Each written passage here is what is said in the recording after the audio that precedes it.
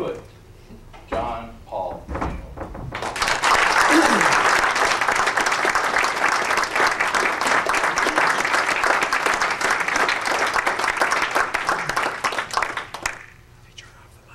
What would you say if I told you 4 little words that could change your life? Mr. Contest Chair, honored dignitaries, fellow Toastmasters, and especially the guests in the room. 4 little words can change your life. When I was growing up, my family took care of over 100 foster children. 100 children! Think about all those 2 o'clock feedings. Caring for those children when they got sick. And woo!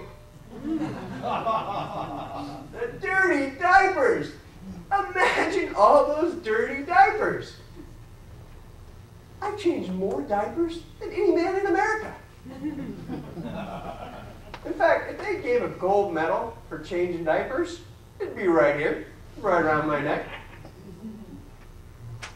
One special day, an infant came to our home.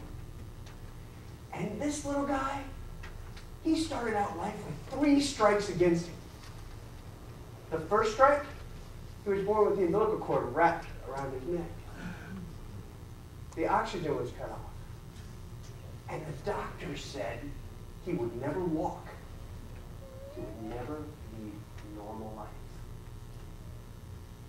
The second strike facing this little infant was that he was born addicted to drugs.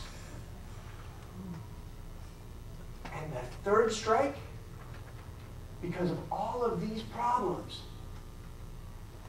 this baby wasn't going to a home with a mother and a father, brothers and sisters. No, this little guy was going to spend the rest of his life in an institution. Unfortunately for this baby, he came to our home. Now, I don't know how many people in this audience have ever heard the cry of a child addicted to drugs, but it's more than a cry. It's a wail, and it goes on night and day, every single day. Now, despite this, when the caseworker came to take this child and put him in an institution, my mother said, no, let him stay here with us. He's fine right here with us. As that child grew, the problems that he faced became even more evident. So as he was learning to walk, this is as best as he could stand.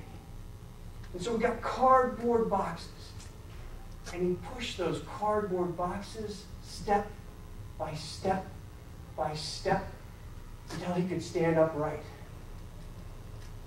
When he went to school, he flunked kindergarten. Who flunked kindergarten?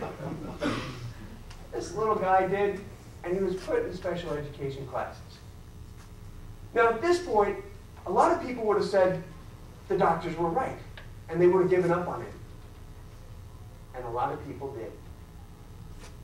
But not my mom. She never gave up on him. Every day they'd sit at that kitchen table and they'd work on his homework. And there were some days it was just too hard. And that little guy, he wanted to give up. Whenever he felt that way, my mother would turn to him with a smile. She'd say, you can do it. You can do it. My mother told that little boy that nobody else believed in, you can do it. And did it? I did. I was never supposed to walk, and I became a competitive long-distance runner, winning race after race. I flunked kindergarten. And I went on to win academic scholarships to major universities. When I graduated from the University of Iowa, I was named one of the top 20 students. And I went on to graduate school at the University of Chicago, one of the best schools in the world.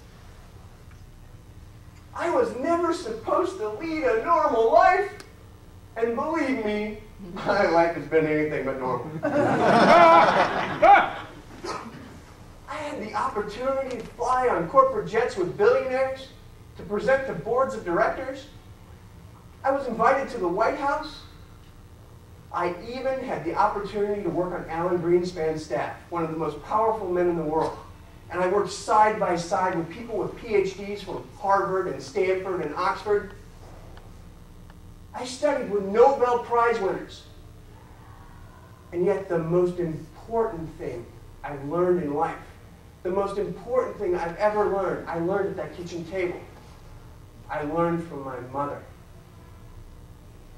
See, this story isn't about me. I'm just one of 100 stories. This story is about my mother's love and how it transformed my life and enabled me to overcome all of those obstacles. If you teach your children to believe in themselves, they will do amazing things. If you believe in yourself, you can do amazing things in your life. 4 little words. You can do it. Now there's going to be a time in your life, and in your life, when you're going to feel like that little boy at the kitchen table, and you're just going to want to give up. And when you feel that way, I want you to hear my mother's words. I want you to hear, you can do it. Come on, everybody, say it with me. You can do it!